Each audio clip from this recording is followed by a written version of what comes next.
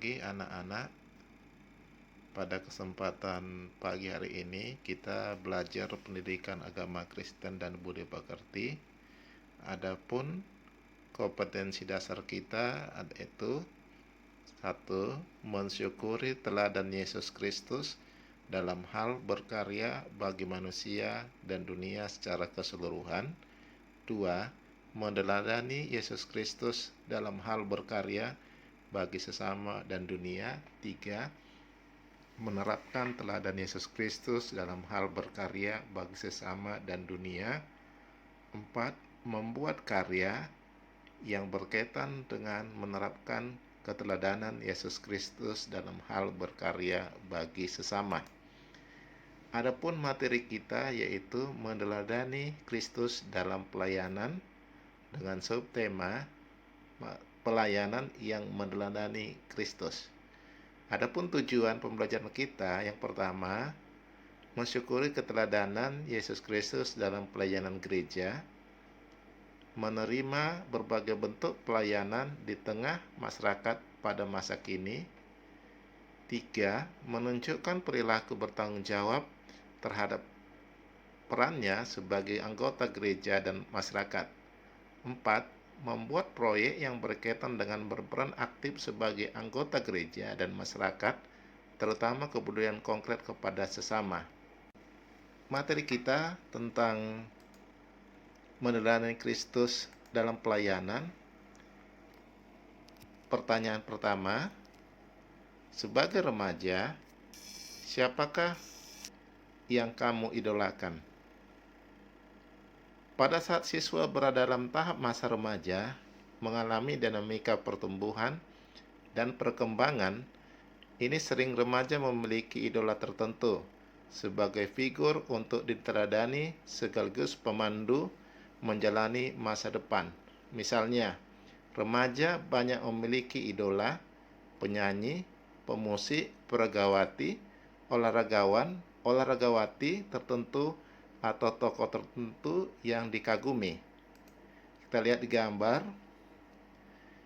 seorang pria yang terkenal yaitu Mark Zuckerberg. Dia adalah pendiri dari Facebook. Selanjutnya kita lihat di gambar ada artis Korea yang terkenal yaitu Lee Min Ho. Dan di sebelahnya kita lihat ada idola remaja Indonesia saat ini yang bernama Sandrina Michel. Dan keseluruhan ini merupakan idola atau tokoh yang dikagumi karena kelebihannya. Selanjutnya kita melihat masing-masing kita memang mempunyai idola, akan tetapi sebagai orang Kristen, tokoh Tuhan Yesus adalah idola sekaligus pemandu dalam segala aspek kehidupannya. Sebagai contoh kehidupan yang tidak pernah lekang oleh waktu dan situasi, karena memberikan prinsip-prinsip kehidupan yang mendasar. Kita lihat pelayanan yang dilakukan oleh Yesus. Yang pertama kita lihat Tuhan Yesus itu sering melayani kelompok besar, kelompok kecil, maupun pelayanan secara pribadi. Tuhan Yesus juga memanggil para murid-muridnya yang berjumlah 12 orang. Mereka dipanggil satu persatu dengan memperhatikan kondisi, sikap, dan sifat masing-masing orang. Selanjutnya dalam kelompok kecil, mereka dibina juga. Tuhan Yesus sangat memperhatikan keberadaan dan pribadi masing-masing orang. Misalnya, Simon diberi gelar Petra atau batu karang karena Tuhan Yesus mengenal keteguhan, loyalitas, dan kemampuan atau talenta Simon. Kemudian Yohanes yang karena kondisinya dia lebih memperhatikan dan dikasihi oleh Tuhan Yesus. Selanjutnya Yakobus sebagai seorang nelayan diperhatikan Tuhan Yesus dan dipanggil sebagai muridnya. Selama 3 tahun dia juga memusatkan karya dan keterlibatannya pada kelompok kecil orang, yaitu pada murid-muridnya. Tuhan Yesus juga tidak melakukan pekerjaannya secara dangkal dan asal-asalan, tetapi merupakan pekerjaan yang mendalam, sifatnya kekal, dan hanya memilih beberapa orang saja sebagai permulaan karya besar dan melibatkan orang-orang miliknya yang disebut gereja. Kita lihat contoh-contoh pelayanan Tuhan Yesus. Yang pertama, kita lihat Tuhan Yesus menyertai murid-muridnya. Tuhan Yesus menyertai dan hidup bersama murid-muridnya selama 3 tahun.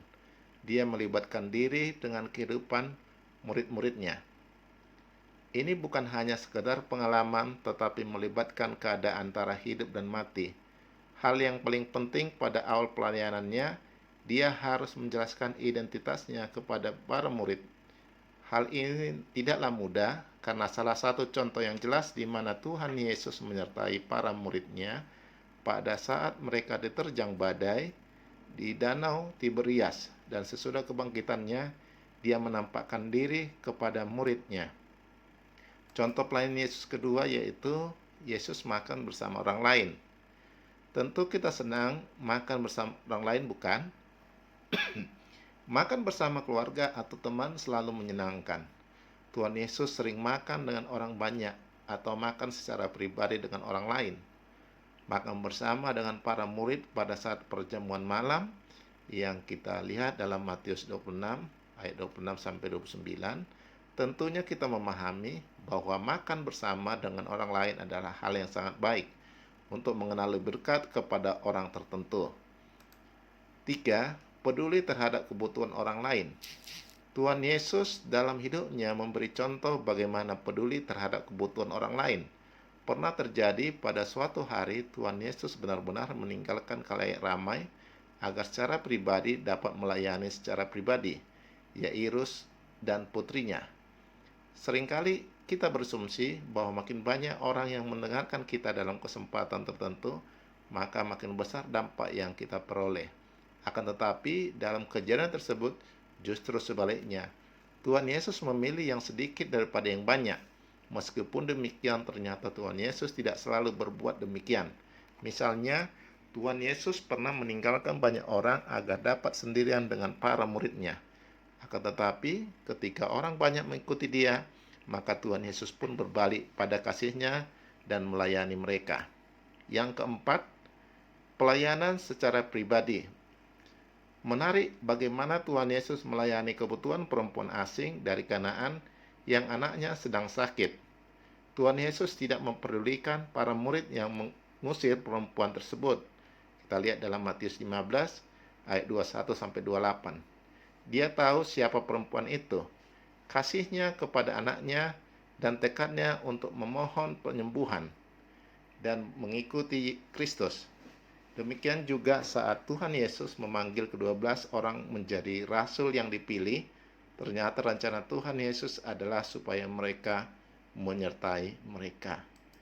Kita tiba kepada kesimpulan, dalam hubungan dengan Allah seperti lebih mengasihi Tuhan dengan segenap hati, kesungguhan dan meneladani Kristus, taat dan setia kepada Tuhan Yesus dalam segala aspek kehidupan, ketaatan kepada Roh Kudus, terus-menerus berdoa dan bersungguh-sungguh dalam hidup ini.